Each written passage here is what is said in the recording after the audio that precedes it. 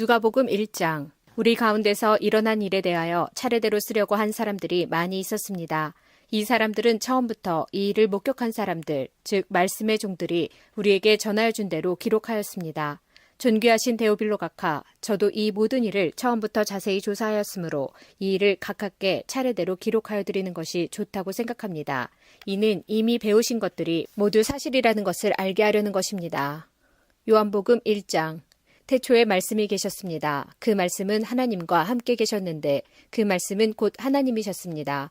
그분은 세상이 창조되기도 전에 하나님과 함께 계셨습니다.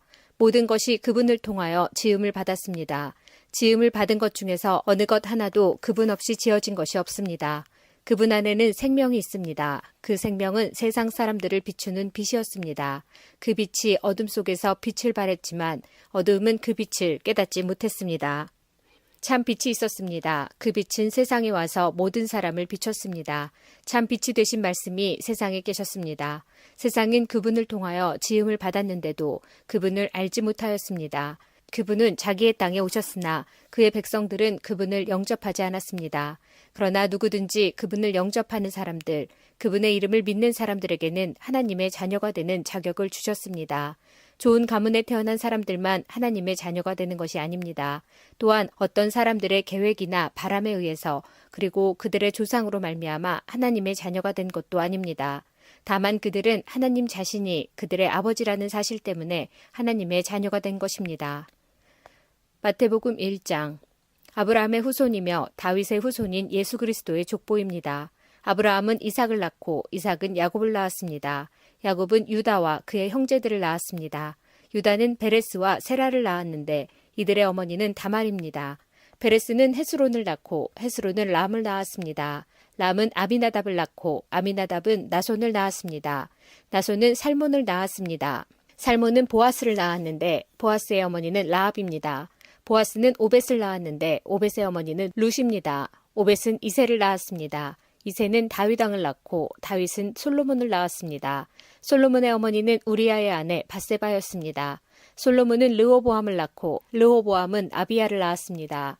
아비야는 아사를 낳았습니다. 아사는 여호사밧을 낳고 여호사밧은 요람을 낳았습니다. 요람은 우시야를 낳았습니다. 우시야는 요담을 낳고 요담은 아하스를 낳았습니다. 아하스는 히스기야를 낳았습니다. 히스기야는 므낫세를 낳고 므낫세는 아몬을 낳았습니다. 아몬은 요시야를 낳았습니다. 요시야는 여고냐와 그 형제들을 낳았는데 이때는 백성들이 바빌론으로 끌려갈 무렵이었습니다. 백성들이 바빌론의 포로로 끌려간 후에 여고나는 스알디엘을 낳고 스알디엘은 수룹바벨을 낳았습니다.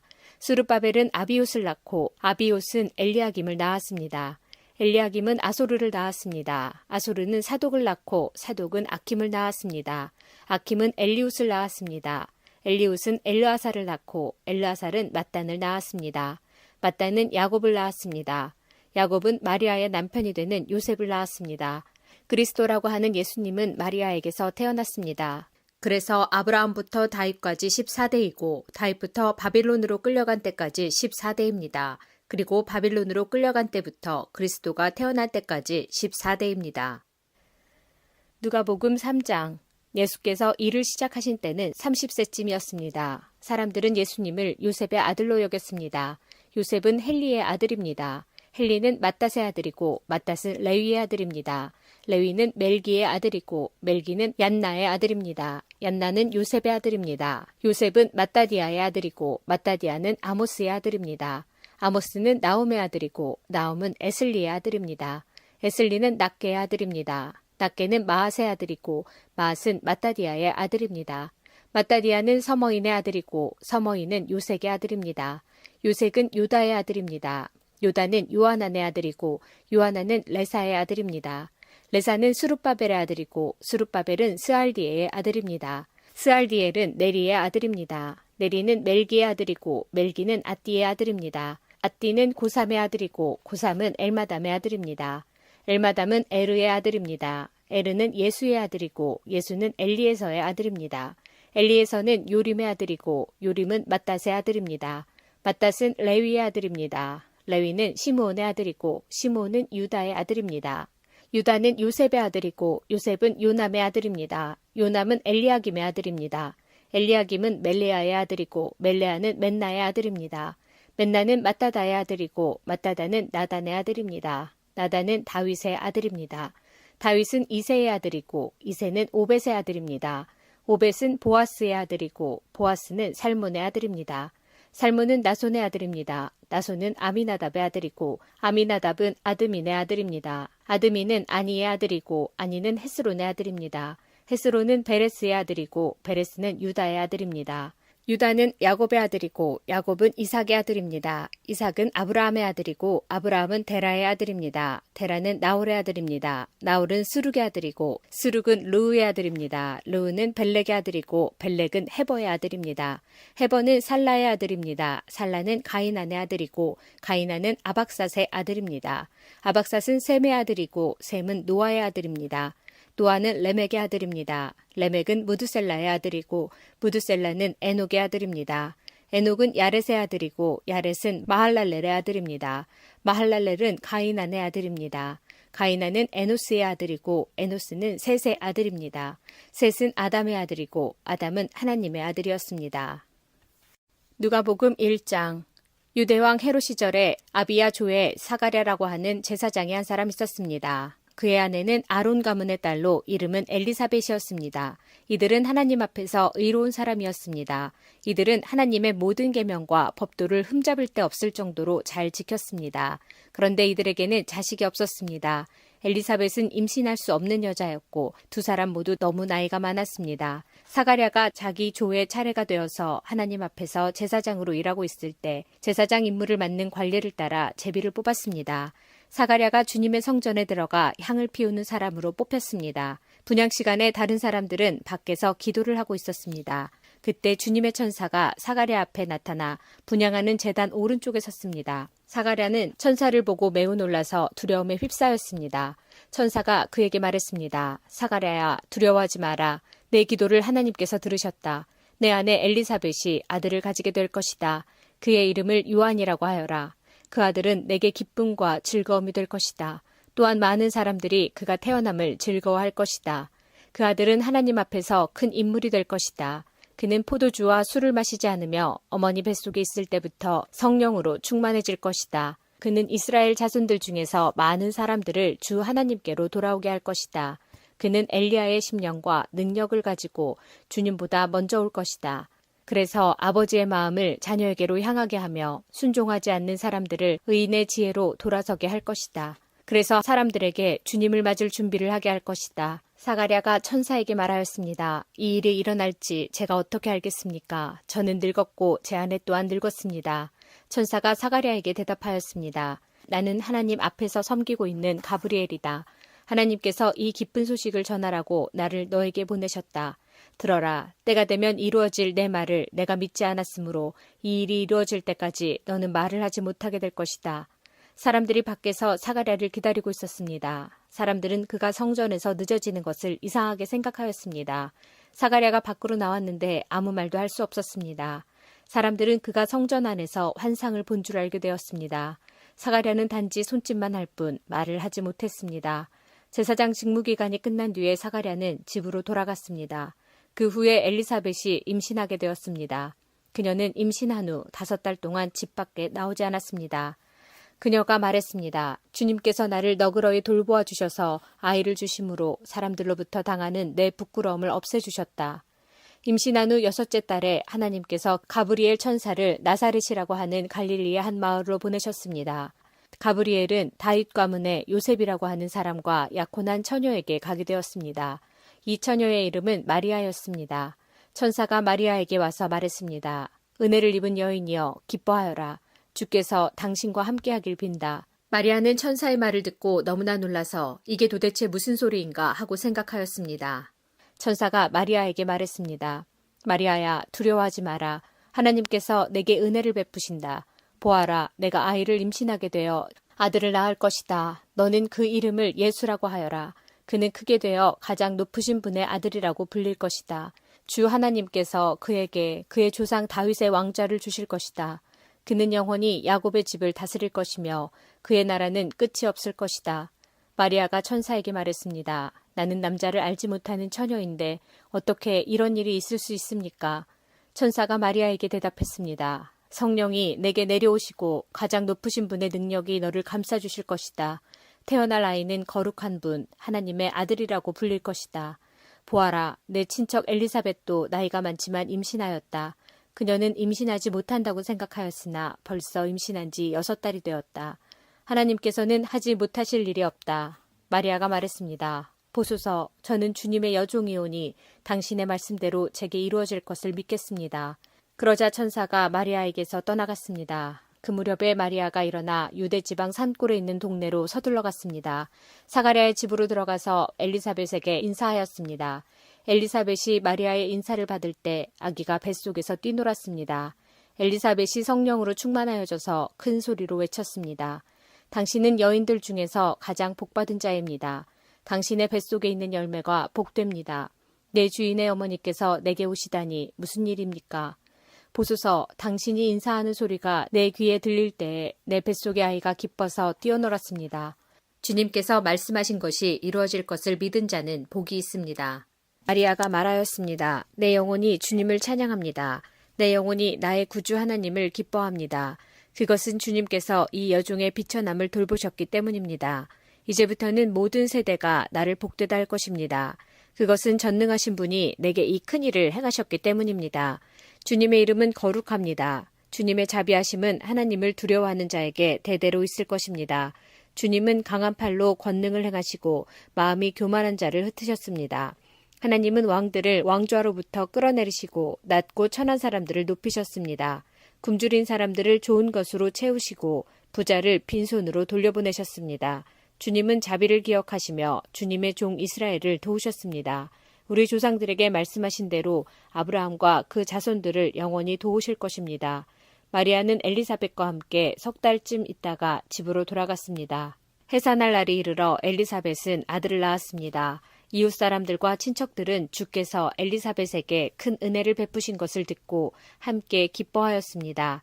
이 사람들은 아이가 태어난 지 8일째 되는 날에 아이에게 할례를 하려고 왔습니다. 이들은 아버지의 이름을 따서 아이의 이름을 사가랴라고 지으려고 하였습니다. 그러자 아기 어머니가 말했습니다. 안 됩니다. 요한이라고 지어야 합니다. 사람들이 엘리사벳에게 말했습니다. 하지만 당신 가문 중에 그런 이름을 가진 사람은 하나도 없어요. 사람들은 아버지인 사가랴에게 손짓을 하여 아이의 이름을 무엇이라고 짓기 원하는지 물었습니다. 그러자 사가랴는 쓸 것을 달라고 하여 아기 이름은 요한이라고 썼습니다. 이를 본 사람들이 모두 이상히 여겼습니다. 그 즉시 사가랴의 입이 열리고 혀가 풀려 하나님을 찬양하였습니다. 주변에 있는 사람들이 모두 두려워하였고 이 모든 이야기는 유대 온 산골에 전해졌습니다. 이야기를 들은 사람은 모두 이 사실을 마음에 새기며 이 아이가 장차 어떤 인물이 될까 하고 말했습니다. 그것은 주님의 손이 아이와 함께 하셨기 때문입니다. 요한의 아버지 사가랴가 성령으로 충만하여 예언하였습니다. 주 이스라엘의 하나님은 찬양을 받으실 분이시다. 주께서 백성들을 돌보시며 구원을 베푸셨다. 하나님의 종 다윗의 집에서 우리를 위한 구원의 뿔을 드셨다. 옛날 거룩한 예언자의 입으로 말씀하셨다. 우리를 원수에게서 구원하시고 우리를 미워하는 모든 사람의 손에서 건져내셨다. 주님께서 우리 조상에게 자비를 베푸시고 거룩한 언약을 기억하셨다. 이것은 우리에게 주시려고 우리 조상 아브라함에게 하신 맹세다. 우리를 원수들의 손에서 구원하셔서 두려움 없이 주님을 섬기게 하셨고 평생 동안 주님 앞에서 거룩하고 의롭게 살아가게 하셨다. 아기야, 너는 가장 높으신 분의 예언자로 불릴 것이다. 내가 주님보다 앞서가며 주님의 길을 준비할 것이다. 백성들에게 죄를 용서받는 구원의 지식을 줄 것이다. 우리 하나님의 사랑과 자비로 인하여 떠오른 태양이 높은 곳에서 어두움과 죽음의 그늘에 앉은 우리들에게 빛을 비추일 것이다. 그래서 우리의 발을 평화의 길로 인도하실 것이다. 아기는 자라서 심령이 강해졌습니다. 요한은 이스라엘 백성 앞에 나타나는 날까지 광야에서 살았습니다. 누가복음 2장. 그때 아구스도 황제가 내린 칙령에 따라 온 나라가 호적 등록을 하게 되었습니다. 이것은 구레뇨가 시리아의 총독으로 있을 때 행한 첫 번째 호적 등록이었습니다. 그래서 모든 사람들이 호적을 등록하러 고향으로 가게 되었습니다. 요셉도 다윗 가문의 자손이었으므로 갈릴리 나사렛을 떠나 유대 지방에 있는 다윗의 마을로 갔습니다. 이 마을은 베들레헴이라고 불렸습니다. 그는 약혼한 마리아와 함께 호적을 등록하러 갔습니다. 마리아는 그때에 임신 중이었습니다. 이들이 베들레헴에 있는 동안 아기를 낳을 때가 되었습니다. 마리아는 첫 아들을 낳아 포대기에 싸서 구유에 눕혀두었습니다. 그것은 여관에 이들이 들어갈 빈 방이 없었기 때문입니다. 마태복음 1장. 예수 그리스도는 이렇게 태어나셨습니다. 예수님의 어머니인 마리아는 요셉과 약혼을 했는데 두 사람이 결혼도 하기 전에 성령에 의해서 마리아가 임신하게 된 사실이 밝혀졌습니다. 마리아의 남편 요셉은 의로운 사람이었습니다.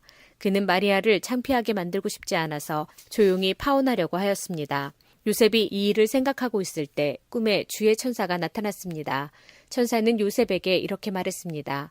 다윗의 자손 요셉아, 마리아를 아내로 삼는 것을 두려워하지 마라. 마리아가 아기를 가진 것은 성령께서 하신 일이다. 마리아가 아들을 낳을 것인데 이름을 예수라고 하여라. 그가 자기의 백성을 죄에서 구원해낼 것이다. 이렇게 하여 주께서 예언자를 통해서 예언하신 말씀이 이루어졌습니다. 보라, 처녀가 임신하여 아들을 낳을 것이며 사람들이 그의 이름을 임마누엘이라고 부를 것이다. 임마누엘은 우리와 함께 계시는 하나님이라는 뜻입니다. 요셉은 잠에서 깬 후 주의 천사가 명령한 대로 했습니다. 요셉은 마리아와 결혼하였습니다. 그러나 마리아가 아들을 낳을 때까지 요셉은 잠자리를 같이 하지 않았습니다.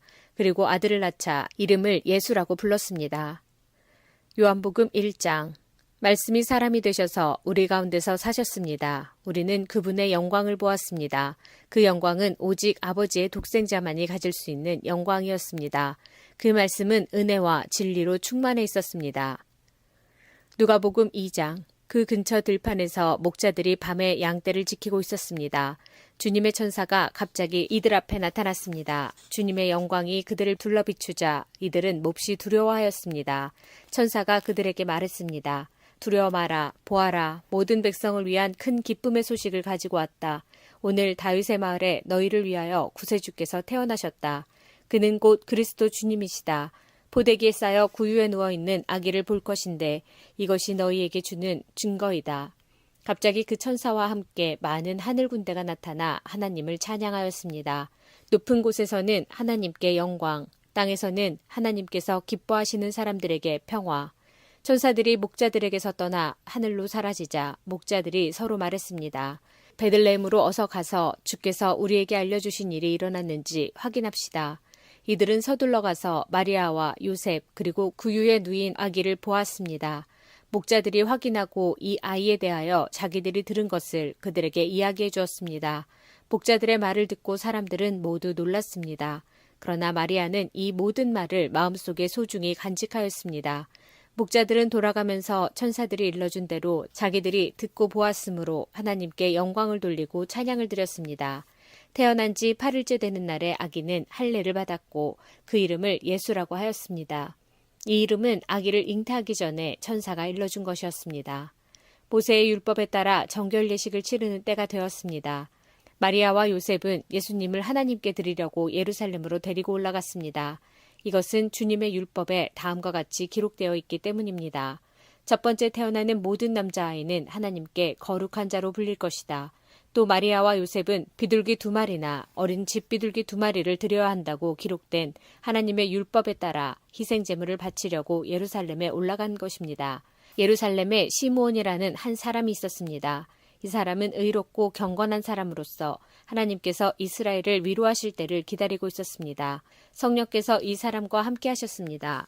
성령께서 시므온에게 주 그리스도를 보기 전에는 결코 죽지 않을 것이라는 계시를 주셨습니다. 시므온은 성령으로 충만해져서 성전으로 왔습니다.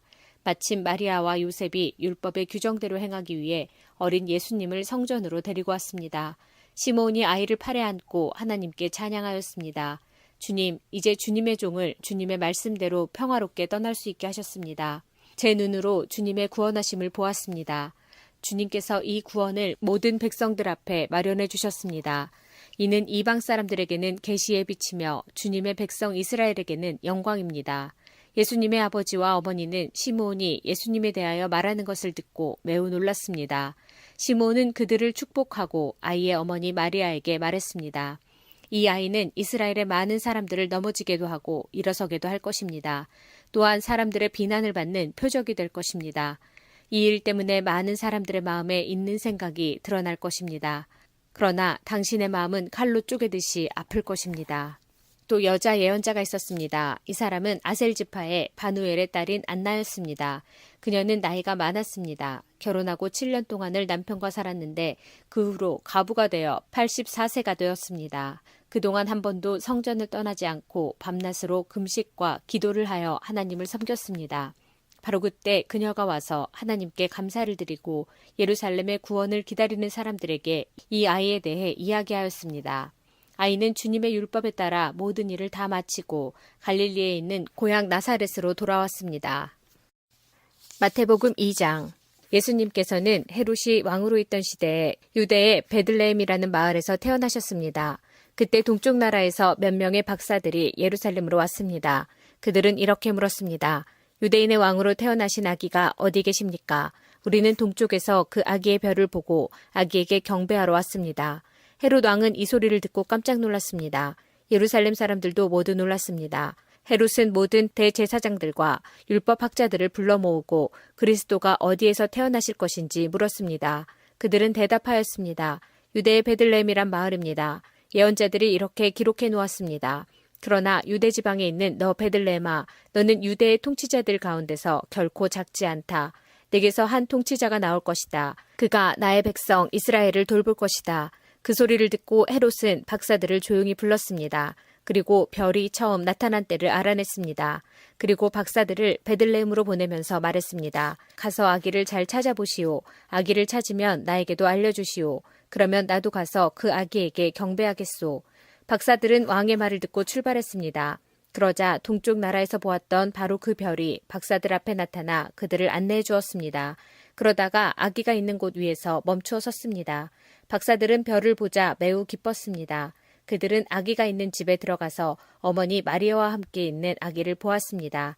그들은 아기에게 무릎을 꿇어 경배를 드리고 보물함을 열어 아기에게 황금과 유황과 몰약을 예물로 드렸습니다. 그리고서 그들은 꿈에 헤롯에게 돌아가지 마라 하는 명령을 받고 다른 길로 자기 나라에 돌아갔습니다.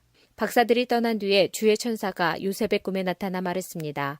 일어나라. 아기와 아기 엄마를 데리고 이집트로 도망가거라. 헤롯이 아기를 죽이려고 하니 내가 지시할 때까지 이집트에 머물러 있어라. 그래서 요셉은 한밤중에 일어나 아기와 아기 엄마를 데리고 이집트로 떠났습니다. 요셉은 헤롯이 죽을 때까지 이집트에 있었습니다. 이것은 주께서 예언자를 통하여 하신 말씀을 이루신 것입니다. 내가 나의 아들을 이집트에서 불러내었다. 헤롯은 박사들에게 속은 것을 알고 매우 화가 났습니다.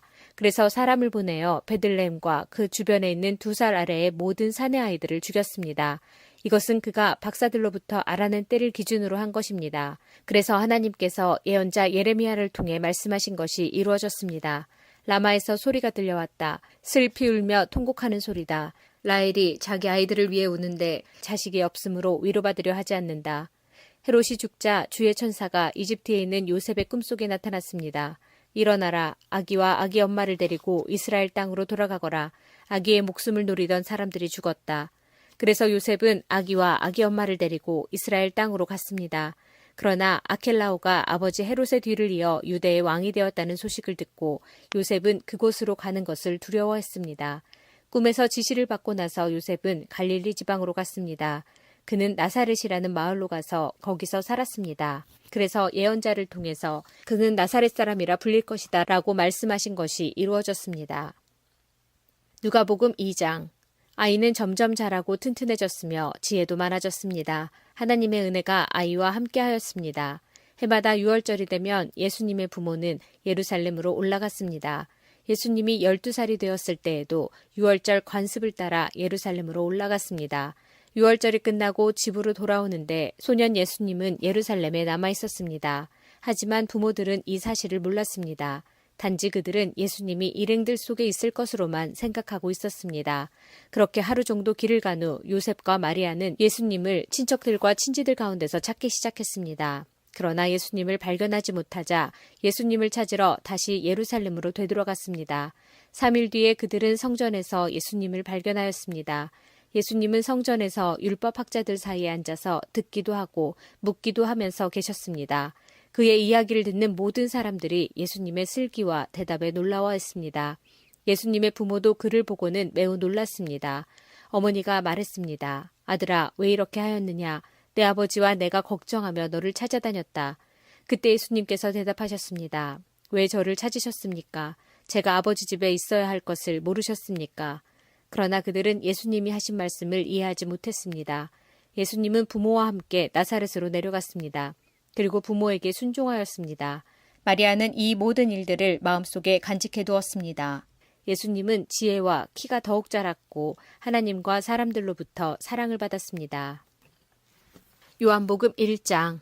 하나님께로부터 보냄을 받은 요한이라는 사람이 있었습니다. 요한은 그 빛에 대해 증언하여 자기를 통해 모든 사람들이 믿음을 얻도록 하기 위해 보냄을 받은 사람입니다. 요한 자신은 그 빛이 아니었으나 사람들에게 그 빛에 대하여 증언하기 위해 온 것입니다. 요한이 그분에 대해서 증언하며 외쳤습니다. 내가 전에 내 뒤에 오시는 분이 계시는데 그분이 나보다 더 위대하신 것은 내가 태어나기 전에 존재하셨기 때문이다 라고 말했는데 이분이 바로 내가 말한 그분이다. 그분의 충만하신 것에서 우리 모두는 넘치는 은혜를 받았습니다. 그것은 율법이 모세를 통해 주어졌지만 은혜와 진리는 예수 그리스도를 통하여 왔기 때문입니다. 지금까지 하나님을 본 사람은 아무도 없었습니다. 그러나 하나님이시며 아버지 곁에 계시던 독생자이신 분이 우리에게 하나님이 어떤 분이신지를 알려주셨습니다. 요한이 증언한 내용은 이렇습니다. 예루살렘에 사는 유대인들이 제사장과 레위인 몇 사람을 요한에게 보내어 당신은 누구십니까? 라고 묻게 했습니다. 요한은 그 질문에 거절하지 않고 대답했습니다. 그는 분명하게 말했습니다. 나는 그리스도가 아닙니다. 그러자 그 사람들이 요한에게 물었습니다. 그럼 도대체 당신은 누구십니까? 엘리야입니까? 요한이 대답했습니다. 아니요, 나는 엘리야가 아닙니다. 그러자 그 사람들이 물었습니다. 장차 오시기로 한 그 예언자입니까? 요한은 또 대답했습니다. 아닙니다. 그러자 그들이 요한에게 말하였습니다. 그렇다면 당신은 누구십니까? 우리는 우리를 보낸 사람들에게 보고해야 합니다. 대답해 주십시오. 당신은 자신을 무엇이라고 생각하십니까?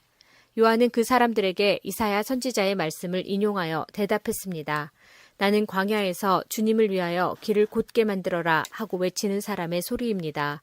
보냄을 받은 유대 사람들 중에는 바리새인이 보낸 사람이 있었습니다. 그 사람들이 요한에게 물었습니다. 당신이 그리스도도 아니고 엘리야도 아니고 예언자도 아니라면 왜 사람들에게 세례를 줍니까? 요한이 대답했습니다. 나는 사람들에게 물로 세례를 줍니다. 그러나 여러분 가운데 여러분이 알지 못하는 한 사람이 서 계십니다. 그분은 내 뒤에 오시는 분이지만 나는 그분의 신발끈을 풀 자격도 없는 사람입니다. 이 모든 것은 요한이 세례를 주던 요단강 동편 베다니에서 일어난 일이었습니다. 다음 날 요한은 자기에게 오시는 예수님을 보고 이렇게 말했습니다. 보십시오. 세상 죄를 지고 가시는 하나님의 어린 양이십니다. 이분이 바로 내가 내 뒤에 오시지만 그분이 나보다 더 위대하신 것은 내가 태어나기 전에 존재하셨기 때문이다 라고 말했던 분입니다. 나도 이분이 누구신지를 알지 못했습니다. 그러나 내가 물로 세례를 주러 온 이유는 이분을 이스라엘 백성들에게 알리기 위해서입니다. 또 요한이 증거했습니다. 나는 성령께서 비둘기처럼 하늘로부터 내려와 그분 위에 머물러 계신 것을 보았습니다. 나 역시 그분이 그리스도이신 것을 알지 못하였습니다. 그러나 나를 보내어 물로 세례를 주라고 하신 분이 너는 그 어떤 사람에게 성령이 내려와 그 위에 머무르는 것을 보면 그 사람이 성령으로 세례를 주실 바로 그분인 줄 알아라 하고 말씀하셨습니다. 나는 그분이 하나님의 아들이신 것을 보았고 그분이 바로 하나님의 아들이라고 증언하였습니다. 마태복음 3장. 그 무렵 세례자 요한이 나타나서 유대의 광야에서 전도를 시작하였습니다. 요한은 이렇게 말했습니다. 회개하시오. 하늘나라가 가까이 왔습니다. 세례자 요한은 예언자 이사야가 말한 바로 그 사람입니다. 광야에서 외치는 한 사람의 소리가 있다. 주님의 길을 준비하고 주님의 길을 곧게 펴라. 요한은 낙타털로 만든 옷을 입고 허리에 가죽띠를 둘렀습니다. 그는 메뚜기와 들에서 나는 꿀을 먹고 살았습니다. 예루살렘과 유대 지방과 요단강 주변에 사는 사람들이 모두 요한에게 나아왔습니다. 그들은 자신이 지은 죄를 고백하고 요단강에서 요한에게 세례를 받았습니다. 수많은 바리새파 사람과 사두개파 사람들이 세례를 받으러 왔습니다. 요한은 그들을 보고 이렇게 말했습니다. 독사의 자식들아, 누가 너희들에게 다가올 하나님의 벌을 피하라고 일러주었느냐? 너희는 회개의 열매를 맺어라. 속으로 아브라함이 우리의 조상이다 라고 생각하지 마라. 하나님께서는 이 돌로도 아브라함의 자손이 되게 하실 수 있다. 도끼가 이미 나무 뿌리에 놓여 있다. 좋은 열매를 맺지 못하는 나무들은 모두 찍혀 불에 던져질 것이다. 나는 물로 회개의 세례를 준다. 내 뒤에 오실 분은 나보다 능력이 더 많으신 분이다. 나는 그분의 신발을 들고 다닐 자격도 없다. 그분은 너희에게 성령과 불로 세례를 주실 것이다. 그분은 손에 키를 들고 타작마당을 깨끗이 하여 알곡은 곳간에 두시고 쭉정이는 꺼지지 않는 불에 태우실 것이다. 그때 예수님께서 갈릴리로부터 요단강에 오셨습니다. 예수님께서는 요한에게 오셔서 세례를 받으려고 하셨습니다. 그러자 요한은 이를 말리면서 말했습니다. 제가 예수님께 세례를 받아야 되는데 도리어 예수님께서 제게 오셨습니까? 예수님께서 대답하셨습니다. 지금은 그렇게 하자. 우리가 이와 같이 하여 모든 의를 이루는 것이 옳다. 그제서야 요한이 예수님의 말씀을 따랐습니다. 예수님께서 세례를 받으시고 물 밖으로 나오시자 하늘이 열렸습니다. 예수님은 하나님의 성령이 비둘기처럼 자신에게 내려오는 것을 보셨습니다. 그때 하늘로부터 이는 내 사랑하는 아들이며 내가 기뻐하는 아들이다 라는 소리가 들려왔습니다. 마가복음 1장. 하나님의 아들이신 예수 그리스도의 복음은 이렇게 시작되었습니다. 이사야 예언자의 글에 이렇게 쓰여 있습니다. 보아라, 내가 내 앞에 사자를 보낸다. 그가 내 길을 준비할 것이다. 광야에서 외치는 자의 목소리가 들린다. 주님의 길을 준비하여라. 그분의 길을 곧게 펴라. 세례자 요한이 광야에 나타나서 죄의 용서를 위한 회개의 세례를 선포하였습니다. 그래서 온 유대 지방 사람들과 예루살렘 사람들이 요한에게 나아갔습니다. 그들은 자신들이 지은 죄를 고백하고 요단강에서 요한에게 세례를 받았습니다. 요한은 낙타털로 만든 옷을 입고 허리에는 가죽띠를 띠고 메뚜기와 들꿀을 먹었습니다. 요한은 사람들에게 이렇게 선포하였습니다. 나보다 더 강하신 분이 내 뒤에 오신다. 나는 그분 앞에 꿇어앉아 그분의 신발끈을 풀기에도 부족하다. 나는 너희에게 물로 세례를 주지만 그분은 너희에게 성령으로 세례를 베푸실 것이다. 그때 예수님께서 갈릴리에 있는 나사렛 마을에서 요단강으로 오셔서 요한에게 세례를 받으셨습니다. 예수님께서 물에서 나오실 때 하늘이 열리는 것을 보셨습니다. 그리고 성령님께서 비둘기처럼 자신에게 내려오는 것을 보셨습니다. 하늘에서 너는 내 사랑하는 아들이다. 내가 너로 말미암아 매우 기쁘다 라고 말하는 소리가 들렸습니다. 누가복음 3장. 디베르 황제가 다스린 지 15년째 되던 해에 본디오 빌라도가 유대의 총독이었고 헤롯이 갈릴리의 분봉왕이었습니다.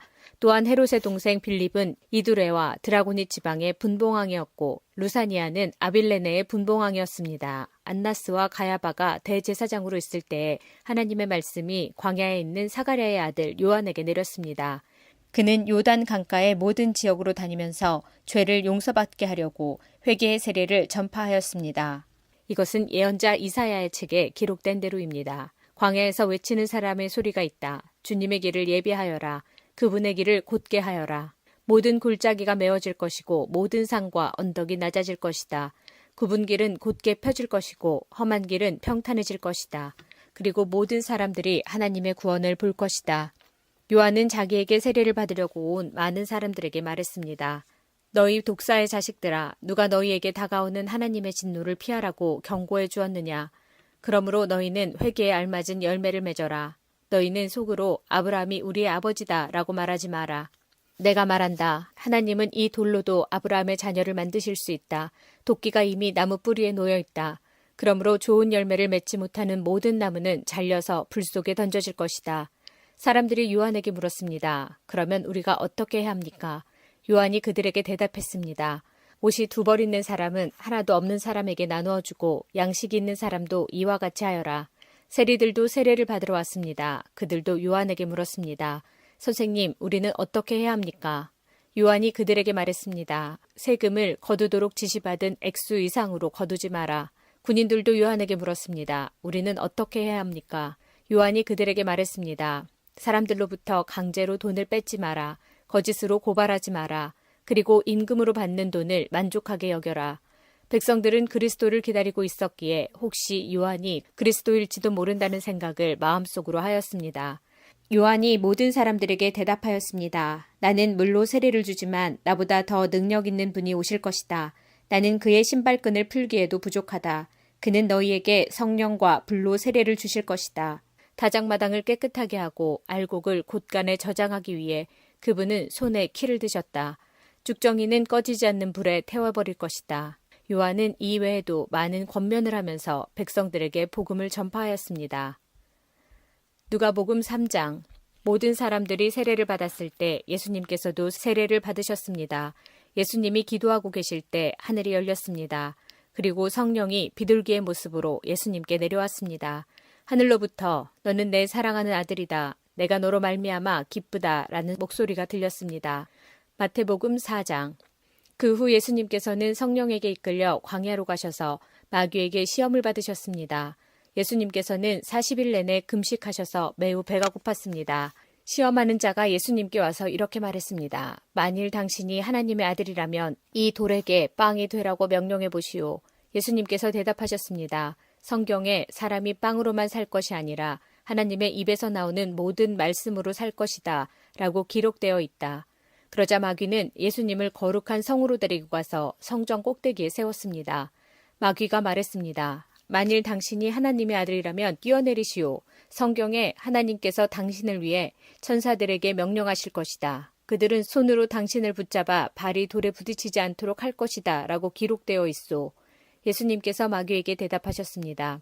성경에 주 너의 하나님을 시험하지 마라고 기록되어 있다. 다시 마귀는 예수님을 높은 산으로 데리고 갔습니다. 마귀는 예수님께 세상의 모든 나라와 그 영화로운 모습을 보여주었습니다. 마귀는 이렇게 말했습니다. 만일 당신이 나에게 절하고 경배한다면 이 모든 것을 주겠소. 예수님께서 마귀에게 말씀하셨습니다. 사탄아, 썩 물러가거라. 성경에 오직 주 너희 하나님께만 경배하고 그를 섬겨라고 기록되어 있다. 그러자 마귀가 예수님에게서 떠나가고 천사들이 예수님께 와서 시중을 들었습니다. 마가복음 1장. 곧 성령님께서는 예수님을 광야로 내보내셨습니다. 예수님께서는 40일 동안 광야에서 사탄에게 시험을 받으셨습니다. 그때 들짐승들과 함께 계셨는데 천사들이 와서 예수님을 돌보아드렸습니다. 누가복음 4장. 예수님께서 성령이 충만하여 요단강에서 돌아오셨습니다. 그리고 성령에 이끌려 광야로 가셨습니다. 그리고 40일 동안 마귀에게 시험을 받으셨습니다. 그동안에 아무것도 드시지 않아 그 기간이 끝났을 때 배가 매우 고프셨습니다. 마귀가 예수님께 말했습니다. 만약 당신이 하나님의 아들이거든 이 돌을 빵으로 만들어 보시오. 예수님께서 대답하셨습니다. 성경에 사람이 빵으로만 살 것이 아니다 라고 쓰여 있다. 마귀는 예수님을 데리고 세계의 모든 나라들을 보여주었습니다. 마귀가 말했습니다. 내가 이 모든 권세와 영광을 주겠소. 이것은 모두 내게 넘어온 것이니 내가 원하는 사람에게 줄 수 있소. 내게 엎드려 절하면 이 모든 것이 당신의 것이 될 것이요. 예수님께서 대답하셨습니다. 성경에 주 너의 하나님을 예배하고 오직 그분만을 섬겨라 라고 쓰여 있다. 마귀가 예수님을 예루살렘으로 데리고 가서 성전 꼭대기에 세우고 말했습니다. 만일 당신이 하나님의 아들이거든 여기서 뛰어내리시오. 성경에 이렇게 쓰여 있소. 그가 너를 위하여 천사에게 명령하여 너를 지킬 것이다. 그들의 손으로 너를 붙들어 내 발이 바위 위에 부딪히지 않게 할 것이다. 예수께서 대답하셨습니다. 성경에 주 너의 하나님을 시험하지 마라고 쓰여 있다. 온갖 시험을 마친 마귀는 더 좋은 기회를 노리려고 잠시 동안 예수님을 떠나갔습니다. 요한복음 1장. 그 다음날 요한은 제자 2사람과 함께 다시 그 자리에 서 있었습니다. 그는 예수님께서 지나가시는 것을 보고 말했습니다. 보아라, 하나님의 어린 양이시다. 제자 2사람은 요한이 이렇게 말하는 것을 듣고 예수님을 따라갔습니다. 예수님께서는 몸을 돌려 자기를 따라오는 2사람을 돌아보며 물으셨습니다. 원하는 것이 무엇이냐? 그들은 랍비님 사시는 곳이 어디입니까? 라고 말했습니다. 랍비라는 말은 선생이라는 뜻입니다. 예수님께서는 와서 보아라 하고 대답하셨습니다. 그래서 2사람은 예수님과 함께 갔습니다. 그들은 예수님께서 머무르시는 곳을 보았고 그날 예수님과 함께 그곳에서 지냈습니다. 때는 오후 4시쯤이었습니다. 요한에게서 예수님에 대한 이야기를 듣고 예수님을 따른 2 제자 중 한 사람은 시몬 베드로의 동생 안드레였습니다. 안드레가 첫 번째 한 일은 그의 형 시몬을 찾은 일이었습니다. 그는 시몬에게 우리가 메시아를 찾았어 라고 말했습니다. 메시아란 그리스도를 가리키는 말입니다. 그리고 나서 안드레는 시몬을 예수님께 데려왔습니다.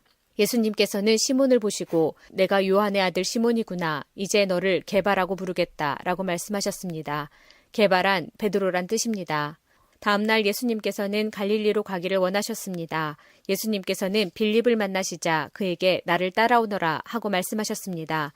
빌립은 안드레와 베드로와 같은 동네인 벳세다 사람이었습니다. 빌립은 나다나엘을 만나고는 그에게 이렇게 말했습니다. 모세가 율법책에 썼고 예언자들도 기록한 그분을 우리가 찾았다. 나사렛 사람 요셉의 아들 예수님이 바로 그분이시다. 그러나 나다나엘은 빌립에게 나사렛에서 뭐 좋은 것이 나올 수 있겠는가 라고 말했습니다. 빌립은 와서 보아라 하고 대답했습니다. 예수님께서는 나다나엘이 자기에게 오는 것을 보시고 여기 참 이스라엘 사람이 있다. 이 사람에게는 거짓된 것이 하나도 없다 라고 말씀하셨습니다. 나다나엘은 예수님께 저를 어떻게 아십니까? 하고 물었습니다. 예수님께서 대답하셨습니다. 빌립이 너를 부르기 전 내가 무화과 나무 아래에 있는 것을 내가 보았다. 나다나엘은 예수님께 선생님, 당신은 하나님의 아들이시며 이스라엘의 왕이십니다. 라고 대답했습니다. 예수님께서는 나다나엘에게 내가 무화과 나무 아래에 있는 것을 내가 보았다고 말해서 나를 믿느냐? 그러나 너는 그것보다 더 큰 일을 보게 될 것이다. 라고 대답하셨습니다. 그리고 그들에게 내가 너희에게 진리를 말한다. 너희는 하늘이 열리고 하나님의 천사들이 인자 위에서 오르락내리락 하는 것을 보게 될 것이다. 라고 말씀하셨습니다. 요한복음 2장 3일째 되던 날에 갈릴리에 있는 가나라는 마을에서 결혼식이 열렸습니다. 예수님의 어머니도 결혼식에 참석하였고 예수님과 그분의 제자들도 결혼식에 초대받았습니다. 포도주가 바닥났을 때 예수님의 어머니가 예수님께 이 집에 포도주가 다 떨어졌구나 라고 말해주었습니다. 예수님께서는 어머니 왜 저에게 이런 부탁을 하십니까?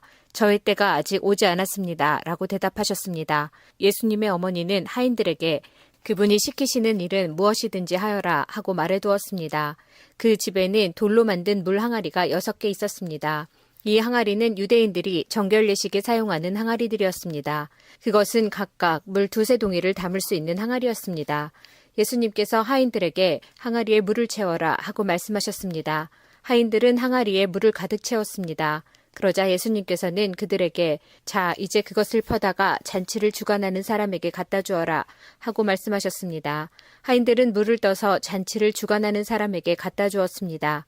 하인이 떠다 준 물을 잔치를 주관하는 사람이 맛보았을 때 그 물은 포도주가 되어 있었습니다. 그는 그 포도주가 어디서 난 것인지 알지 못하였지만 물을 가져온 하인들은 알고 있었습니다. 잔치를 주관하는 사람은 신랑을 불렀습니다. 그리고 그에게 사람들은 항상 처음에 좋은 포도주를 내놓고 손님들이 취한 다음에는 값싼 포도주를 내놓는 법인데 당신은 지금까지 가장 좋은 포도주를 보관하고 계셨군요 하고 말하였습니다. 예수님께서는 이 첫 번째 표적을 갈릴리 가나에서 행하셨으며 거기서 그의 영광을 보여주셨습니다. 그러자 그의 제자들이 그를 믿게 되었습니다. 이 일이 있은 후 예수님께서는 그의 어머니와 형제들과 제자들과 함께 가버나움이라는 마을로 가서 며칠 동안 머무르셨습니다. 요한복음 3장 바리새인들 중에 니고데모라는 사람이 있었습니다. 그는 유대 공의회 의원 중 한 사람이었습니다. 어느 날 밤 니고데모가 예수님을 찾아왔습니다. 그는 선생님, 우리는 당신이 하나님께로부터 오신 선생님이라는 것을 압니다. 하나님께서 함께 하시지 않는다면 아무도 선생님께서 하셨던 일들을 행할 수 없습니다. 라고 말했습니다. 예수님께서 대답하셨습니다. 내가 너에게 진리를 말한다. 누구든지 다시 태어나지 않으면 하나님의 나라를 볼 수 없다. 니고데모가 예수님께 물었습니다. 사람이 이미 나이가 많아 어른이 되었는데 어떻게 다시 태어날 수 있겠습니까? 어머니의 태 안에 다시 들어가 2번씩이나 태어날 수 있겠습니까? 예수님께서는 이렇게 대답하셨습니다. 내가 너에게 진리를 말한다. 누구든지 물과 성령으로 태어나지 않는다면 그 사람은 하나님 나라에 들어갈 수 없다. 사람이 육체적으로는 그의 부모로부터 태어나지만 영적으로는 성령으로부터 태어난다. 내가 너에게 다시 태어나야 한다 라고 말한 것에 너무 놀라지 마라. 바람은 제 맘대로 부는 법이다. 너는 바람 부는 소리는 듣지만 그 바람이 어디서부터 와서 어디로 가는지는 알지 못한다. 성령으로 다시 태어나는 모든 사람도 이와 같다. 니고데모는 이런 일이 어떻게 가능할 수 있습니까? 라고 물었습니다. 예수님께서 대답하셨습니다. 너는 이스라엘의 선생인데도 이 일들을 이해하지 못하느냐? 내가 너에게 진리를 말한다. 우리는 우리가 아는 것을 말하고 우리가 본 것을 증언한다. 그러나 너희는 우리가 증언한 것을 받아들이지 않고 있다. 내가 너희에게 이 세상의 일들에 대해 말했는데도 너희는 나를 믿지 않는데 내가 너희에게 하늘의 일들을 말한다면 너희가 어떻게 믿겠느냐. 하늘에서 내려온 사람, 곧 인자 외에는 하늘에 올라간 사람이 아무도 없다. 모세가 광야에서 뱀을 높이 들었던 것처럼 인자도 들려야 한다. 그것은 그를 믿는 사람들에게 영생을 얻게 하기 위해서이다. 이와 같이 하나님께서는 세상을 사랑하여 독생자를 주셨다. 이는 누구든지 그의 아들을 믿는 사람은 멸망하지 않고 영생을 얻게 하려 하심이다. 하나님께서는 세상을 심판하시기 위해 그의 아들을 세상에 보내신 것이 아니라 자기 아들을 통하여 세상을 구원하시기 위해 아들을 보내신 것이다. 하나님의 아들을 믿는 사람은 유죄 판결을 받지 않는다. 그러나 그를 믿지 않는 사람은 이미 유죄 판결을 받은 것이다. 그것은 사람이 하나님의 독생자의 이름을 믿지 않았기 때문이다. 판결 내용은 이렇다. 빛이 세상에 와 있지만 사람들은 빛보다는 어두움을 더 좋아하였다는 것이다. 그들이 어두움을 더 좋아하는 것은 그들의 행위가 악하기 때문이다. 악을 행하는 사람마다 빛을 미워하며 또한 빛으로 말미암아 자기의 행위가 폭로되는 것이 두려워 빛을 향해 나오지 않는다. 그러나 진리를 행하는 사람은 그가 행한 모든 일들이 하나님을 통하여 행한 것이라는 사실을 나타내기 위해 빛을 향해 나온다. 이 일이 있은 후 예수님과 그의 제자들은 유대지방으로 갔습니다. 예수님께서는 거기서 그의 제자들과 함께 머무르시면서 사람들에게 세례를 주셨습니다. 세례자 요한도 살림 근처에 있는 에논에서 세례를 주었습니다. 이는 그곳에 물이 많고 사람들도 계속해서 자기에게 나아왔기 때문입니다. 이때는 요한이 아직 감옥에 갇히기 전이었습니다. 요한의 제자들 중 몇 사람과 유대인 사이에 정결 예법에 대한 논쟁이 벌어졌습니다. 그래서 그들은 요한에게 와서 선생님, 요단강 동편에서 선생님과 함께 계시던 분, 즉 선생님께서 이전에 증언하셨던 그분이 지금 세례를 주고 계시며 모든 사람들이 그분에게로 가고 있습니다. 라고 말했습니다. 요한이 대답했습니다. 하늘의 하나님께서 주지 않으시면 사람은 아무것도 받을 수 없다. 너희들은 나는 그리스도가 아니며 그분보다 앞서 보냄을 받은 사람이다라고 말한 것을 들은 증인들이다. 신부의 주인은 신랑이다. 신랑을 기다리며 그가 오는 소리에 귀를 기울이는 신랑의 친구는 신랑의 소리를 듣고 대단히 기뻐한다. 나의 기쁨도 이와 똑같은 것이다. 나의 기쁨이 이제 이루어졌다. 그분은 점점 더 위대해질 것이고 나는 점점 더 사람들의 관심에서 멀어지게 될 것이다. 위로부터 오신 분은 모든 것 위에 계신 분이다. 땅으로부터 온 사람은 땅에 속하여 땅의 일을 말한다. 그러나 하늘로부터 오신 분은 모든 것 위에 계신 분이다. 그분은 그가 보고 들었던 것을 증언하신다. 그러나 아무도 그분의 증언을 받아들이지 않는다. 그분의 증거를 받아들이는 사람은 하나님이 참되신 분이라는 사실을 인정한다. 하나님께서 보내신 그분은 하나님의 말씀을 전하신다. 하나님께서는 그분에게 성령을 한없이 주셨다. 아버지는 아들을 사랑하셔서 모든 것을 그의 손에 맡기셨다. 아들을 믿는 사람은 영생이 있지만 아들을 거역하는 사람은 생명을 보지 못하고 도리어 그에게 하나님의 진노가 있을 것이다. 마태복음 14장. 헤롯은 예전에 요한을 체포하여 결박하고 감옥에 가둔 적이 있었습니다. 헤롯이 이렇게 한 것은 자기 동생 빌립의 아내였던 헤로디아 때문이었습니다. 요한이 헤롯에게 당신이 헤로디아를 아내로 삼은 것은 잘못이오 라고 말했던 것입니다. 헤롯은 요한을 죽이려고 했지만 사람들이 두려웠습니다. 이는 사람들이 요한을 예언자라고 생각하고 있었기 때문이었습니다. 마가복음 6장. 예전에 헤롯은 요한을 잡아오게 하여 감옥에 가두어 둔 적이 있었습니다. 이는 헤로디아와 관련된 일로 헤롯이 자기 동생 빌립의 아내인 헤로디아를 아내로 삼아버렸기 때문이었습니다. 요한은 헤롯에게 자기 동생의 아내를 자기 아내로 삼는 것은 옳지 않습니다. 라고 말하곤 하였습니다. 그래서 헤로디아는 요한을 미워하였습니다. 헤로디아는 요한을 죽이고 싶었지만 그럴 수 없었습니다. 그것은 요한이 의롭고 거룩한 사람이라는 것을 아는 헤롯이 요한을 두려워했기 때문입니다. 그래서 요한을 살려두었습니다. 요한의 말이 듣기엔 괴로웠지만 그의 말을 즐겨 들었습니다. 누가복음 3장. 헤롯 분봉왕은 헤로디아의 일과 그 외에도 그가 저지른 여러 가지 악한 일 때문에 요한에게 책망을 받았습니다. 거기에다가 헤롯은 한 가지 악을 더 저질렀습니다. 그것은 요한을 감옥에 가둔 것입니다. 마태복음 4장. 예수님께서 요한이 감옥에 갇혔다는 소식을 들으시고 유대에서 갈릴리로 돌아가셨습니다.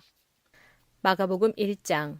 요한이 감옥에 갇힌 뒤 예수님께서는 갈릴리로 가셔서 하나님의 복음을 전하셨습니다. 요한복음 4장. 바리새인들은 예수님께서 요한보다 더 많은 사람을 제자로 삼고 세례를 준다는 소문을 들었습니다. 그러나 사실 예수님께서 직접 사람들에게 세례를 주신 것이 아니라 제자들이 세례를 준 것이었습니다. 예수님께서는 바리새인들이 자기에 대하여 이야기하고 있다는 것을 아시고 유대를 떠나 다시 갈릴리로 가셨습니다. 갈릴리로 가려면 사마리아 지방을 거쳐 가야만 했습니다. 예수님께서는 사마리아에 있는 수가라는 마을로 들어가셨습니다. 이 마을은 야곱이 자기 아들 요셉에게 주었던 밭에서 그리 멀지 않은 곳에 있었습니다. 그곳에 야곱의 우물이 있었습니다. 예수님께서는 오랜 여행으로 피곤하여 그 우물가에 앉으셨습니다. 그때가 대략 정오쯤이었습니다. 사마리아 여자 한 사람이 물을 기르러 나왔습니다. 예수님께서는 그 여자에게 내게 마실 물 좀 주시오 라고 말씀하셨습니다. 이 일이 일어날 즈음 예수님의 제자들은 먹을 것을 사러 마을로 내려가고 그 자리에 없었습니다. 사마리아 여자는 예수님께 당신은 유대 남자고 나는 사마리아 여자인데 어떻게 나에게 마실 것을 달라고 할 수 있습니까? 라고 말했습니다. 당시 유대인들은 사마리아 사람들과 상종을 하지 않았습니다. 예수님께서는 그 여자에게 이렇게 대답하셨습니다.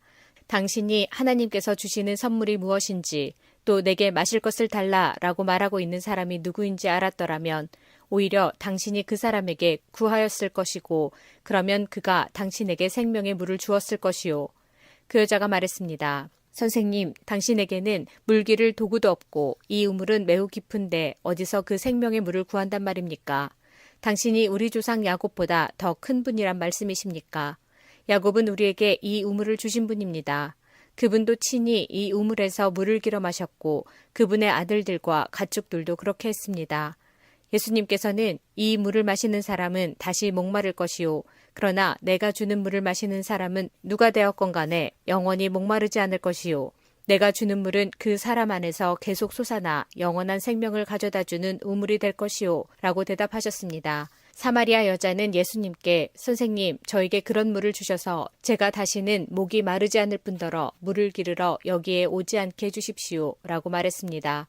예수님께서는 그 여자에게 가서 당신 남편을 불러 이리로 데려오시오. 라고 말씀하셨습니다. 그 여자는 예수님께 저는 남편이 없습니다. 라고 대답했습니다. 그러자 예수님께서 당신이 남편이 없다고 한 말은 맞는 말이요. 실제로 당신은 남편이 5명이나 있었고 지금 당신과 함께 사는 남자도 당신 남편이 아니오. 당신이 방금 전에 말한 것은 틀린 말이 아니었소. 라고 말씀하셨습니다. 그 여자는 선생님, 제가 보기에 선생님께서는 예언자이십니다. 우리의 조상들은 이 산에서 예배하였으나 유대인들은 예배할 수 있는 유일한 장소는 예루살렘에 있다고 주장합니다. 라고 말했습니다. 예수님께서 이렇게 말씀하셨습니다. 여인이여 나를 믿으시오. 이 산에서도 아니고 예루살렘에서도 아닌 당신네들이 아버지께 예배할 때가 올 것이오. 사마리아 사람인 당신네들은 알지 못하는 것을 예배하나 우리 유대인들은 우리가 알고 있는 것을 예배하오. 그것은 구원이 유대인들로부터 나오기 때문이오. 그러나 참되게 예배하는 사람들이 영과 진리로 아버지께 예배할 때가 올 것인데 지금이 바로 그때요. 그리고 하나님께서는 이렇게 예배하는 사람들을 찾고 계시오. 하나님께서는 영이시기 때문에 하나님께 예배하는 사람들은 반드시 영과 진리로 예배해야만 하오. 그 여자는 그리스도라고 불리는 메시아가 오실 것이라는 사실을 알고 있습니다. 그분이 오시면 우리에게 모든 것을 설명해 주실 것입니다. 라고 말했습니다. 그러자 예수님께서 여자에게 말씀하셨습니다. 지금 당신과 이야기하고 있는 내가 바로 그 메시아요. 바로 그때 예수님의 제자들이 마을에서 돌아왔습니다. 그들은 예수님께서 여자와 이야기하고 있는 것을 보고 무척 놀랐습니다. 그러나 아무도 선생님 무엇을 구하고 계십니까? 라거나 선생님 무슨 일로 그 여자와 이야기를 하고 계십니까? 라고 묻는 사람이 없었습니다. 그 여자는 물 항아리를 버려두고 마을로 돌아가 사람들에게 말했습니다. 여러분, 이리 와서 내 과거의 일을 다 말해준 사람을 한번 보세요. 이분이 메시아가 아닐까요? 그러자 사람들이 마을에서 나와 예수님께로 왔습니다. 그 사이 제자들은 예수님께 선생님 음식을 좀 드시지요 라고 청했습니다. 그러나 예수님께서는 나에게는 너희들이 알지 못하는 먹을 음식이 있다 라고 대답하셨습니다. 그러자 제자들은 자기들끼리 누가 예수님께 먹을 것을 갖다 드렸을까 라고 말했습니다. 예수님께서 이들에게 말씀하셨습니다. 나의 음식은 나를 보내신 분의 뜻을 행하고 그분의 일을 완수하는 것이다. 너희들은 넉 달이 지나야 추수 때가 될 것이다 라고 말하지 않느냐. 그러나 나는 너희에게 말한다. 눈을 들어 밭을 보아라. 이미 곡식이 익어 추수할 때가 되었다. 추수하는 사람은 벌써 추수한 대가로 품삯을 받고 영생을 위한 곡식을 추수하는 중이다. 그래서 씨를 뿌린 사람은 추수하는 사람과 함께 기뻐할 수 있게 될 것이다. 그러므로 한 사람은 씨를 뿌리고 다른 한 사람은 추수한다 라고 하는 말은 진리이다. 나는 너희들이 직접 수고하지 않은 것을 추수하라고 너희들을 보냈다. 다른 사람들은 수고하였고 너희들은 그들이 해놓은 수고의 결실을 얻게 되었다. 그 마을에 사는 많은 사마리아 사람들은 그 여자가 그분은 내 과거의 모든 일들을 나에게 말씀해 주셨어요 라고 말한 것 때문에 예수님을 믿었습니다. 사마리아 사람들이 예수님께 그들과 함께 지내다 가시기를 청했으므로 거기서 이틀을 머무셨습니다. 그래서 보다 많은 사람들이 예수님의 말씀을 듣고 예수님을 믿었습니다. 그들은 그 여자에게 더 이상 우리는 당신의 말 때문에 예수님을 믿는 것이 아니요. 우리가 이제는 예수님의 말씀을 직접 들었고 이분이 참으로 세상의 구세주라는 사실을 알았기 때문에 믿는 것이요. 라고 말했습니다. 이틀 후에 예수님께서는 그곳을 떠나 갈릴리로 가셨습니다. 전에 예수님께서는 예언자가 자기 고향에서는 존경을 받지 못한다고 직접 말씀하신 적이 있습니다. 마태복음 4장. 예수님께서는 나사렛을 떠나 스불론과 납달리 지역의 갈릴리 호숫가에 있는 가버나움으로 옮기시고 거기서 사셨습니다. 이렇게 하여 예언자 이사야의 말이 이루어졌습니다. 스불론 땅과 납달리 땅, 호수로 가는 길목, 요단강 건너편, 이방 사람들이 사는 갈릴리, 이곳 어둠에 사는 백성들이 큰 빛을 보았다.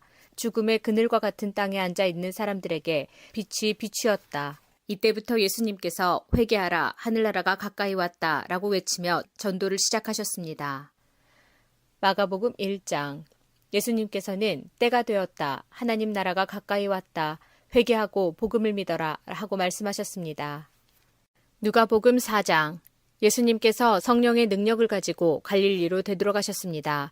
예수님에 대한 소문이 모든 지역에 퍼졌습니다. 예수님께서는 회당에서 가르치셨으며 모든 사람들로부터 영광을 받으셨습니다. 예수님께서 자라나신 나사렛에 도착했습니다. 평소의 습관처럼 예수님께서 안식일에 회당으로 가셔서 성경을 읽으려고 일어나셨습니다. 예수님께서는 예언자 이사야의 책을 건네받으시고 책을 펴서 이렇게 기록된 곳을 찾아 읽으셨습니다. 주님의 성령이 내게 내리셨다. 이것은 하나님께서 내게 기름을 부으셔서 가난한 자에게 복음을 전파하게 하려는 것이다. 포로들에게 자유를 선포하고 못 보는 자들에게 다시 볼 수 있음을 선포하고 억눌린 사람들에게 해방을 선포하려고 나를 보내셨다. 주님의 은혜의 해를 선포하라고 하셨다.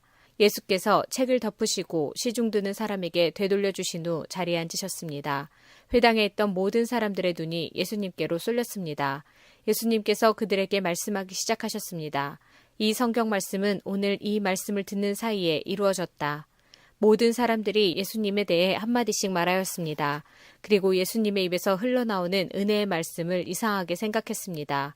그러면서 이 사람이 요셉의 아들이 아니냐 하고 말했습니다. 예수님께서 그들에게 말씀하셨습니다. 나는 당신들이 속담에 빗대어 나에 대해 의사야 내 자신이나 고쳐라. 당신이 가버나움에서 행한 일을 들었는데 여기 고향에서도 그 일을 한번 해보아라고 한 것을 안다. 내가 진정으로 너희에게 말한다. 예언자는 고향에서 환영받지 못한다. 내가 진정으로 너희에게 말한다. 엘리야 시대에 3년 6개월 동안 하늘이 닫혀 온 땅이 가뭄에 몹시 심했을 때 이스라엘에 많은 과부가 있었다. 그러나 엘리야는 이들 가운데 그 누구에게도 보냄을 받지 않았고 오직 시돈 지방의 사렙다에 있는 과부에게만 보내졌다. 또 엘리사 예언자 시대에 이스라엘에는 많은 문둥병 환자가 있었다. 그러나 시리아 사람 나아만 외에는 아무도 깨끗하게 되지 못했다. 회당에 있던 모든 사람들이 이 말을 듣고 몹시 화를 냈습니다. 이 사람들은 들고 일어나 예수님을 마을 밖으로 쫓아냈습니다. 이들은 마을이 세워진 언덕의 벼랑까지 예수님을 끌고 가서 밑으로 밀쳐 떨어뜨리려고 하였습니다. 그러나 예수님께서는 사람들 사이를 지나 갈 길을 가셨습니다. 요한복음 4장.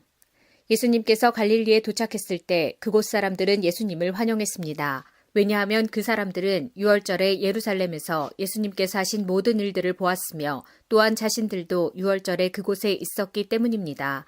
예수님께서는 갈릴리 가나를 또 방문하셨습니다. 이곳은 예수님께서 물로 포도주를 만드셨던 곳입니다. 이곳에는 높은 지위를 가진 왕의 신하 한 사람이 살고 있었습니다. 그 신하의 아들은 병에 걸려 가버나움에 있었습니다. 왕의 신하는 예수님께서 유대 지방에서 갈릴리로 오셨다는 소식을 듣고 예수님께 찾아가 가버나움으로 오셔서 자기 아들을 낫게 해달라고 간청하였습니다. 그 신하의 아들은 거의 죽기 직전에 있었습니다. 예수님께서 왕의 신하에게 말씀하셨습니다. 너희는 표적과 기이한 것들을 보지 않으면 전혀 믿으려 하지 않는다. 그 신하가 말했습니다. 선생님, 제 아들이 죽기 전에 가버나움으로 오십시오. 예수님께서 대답하셨습니다. 가시오, 당신 아들은 살 것이오. 그 사람은 예수님께서 자기에게 하신 말씀을 믿고 집으로 갔습니다. 그 사람은 집으로 가는 도중에 자기의 하인들을 만나 자기 아들이 살아났다는 소식을 들었습니다. 왕의 신하가 자기 아들이 낫게 된 때를 묻자 하인들은 어제 오후 1시 무렵부터 열이 떨어졌습니다. 라고 대답했습니다. 아이 아버지는 그때가 바로 예수님께서 당신 아들은 살 것이요 라고 말씀하신 그 시각과 정확히 일치한 것을 알고 자기와 그 집의 모든 사람이 예수님을 믿었습니다. 이것은 예수님께서 유대에서 갈릴리로 오신 후 행하신 두 번째 표적이었습니다. 마태복음 4장. 예수님께서 갈릴리 호수를 거니시다가 두 형제 베드로라고 하는 시몬과 그의 동생 안드레가 호수에 그물을 던지는 것을 보셨습니다. 그들은 어부였습니다. 예수님께서 그들에게 말씀하셨습니다. 나를 따라오너라. 내가 너희를 사람을 낚는 어부로 삼겠다. 그 즉시 시몬과 안드레는 그물을 버려두고 예수님을 따랐습니다. 예수님께서는 계속 거니시다가 또 다른 두 형제 세베대의 아들 야고보와 그의 동생 요한이 배 안에서 아버지 세베대와 함께 그물을 수선하고 있는 것을 보았습니다. 예수님께서 그들을 부르셨습니다. 그들도 그 즉시 배와 아버지를 버려둔 채 예수님을 따랐습니다. 마가복음 1장. 예수님께서 갈릴리 호숫가를 지나시다가 시몬과 그의 동생 안드레를 보셨습니다. 그들은 어부였는데 호수에 그물을 던지고 있었습니다.